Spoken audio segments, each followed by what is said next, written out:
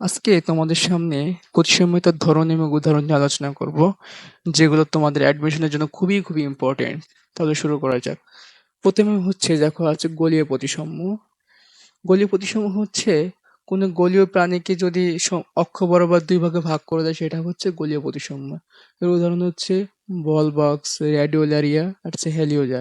এটা আমরা একটা টার্ম দিয়ে মনে রাখতে পারি, এইচ আর ভি। এইচ হচ্ছে হেলিওজা, আর এ হচ্ছে রেডিওলারিয়া, ভি তে হচ্ছে ভলবক্স। তারপর হচ্ছে ওরিয় প্রতিসাম্য। ওরিয় প্রতিসাম্য হচ্ছে কোনো প্রাণীর অক্ষ বরাবর যদি দুই ভাগে ভাগ করা যায়, সেটা হচ্ছে তোমার ওরিয় প্রতিসাম্য। এর উদাহরণগুলো হচ্ছে হাইড্রা, জেলিফিশ, সিয়ামিয়ন। হ্যাঁ, এটা আমরা মনে রাখতে পারি হাই জে সি। হাইতে হচ্ছে হাইড্রা, জেতে হচ্ছে কি জেলিফিশ, সিতে হচ্ছে সিয়ামিনন। তারপর হচ্ছে দ্বিঅরীয় প্রতিসাম্য হচ্ছে কোনো প্রাণীকে যদি চারটা সমান অংশে ভাগ করা যায়, সেটা হচ্ছে দ্বিঅরীয় প্রতিসাম্য। টিনোফেরা, আর একটা হচ্ছে সিওলোপানা, সেটা C2 দিয়ে মনে রাখতে পারেন। দুইটা আছে, একটা টিনোফেরা, একটা হচ্ছে সিওলোপানা।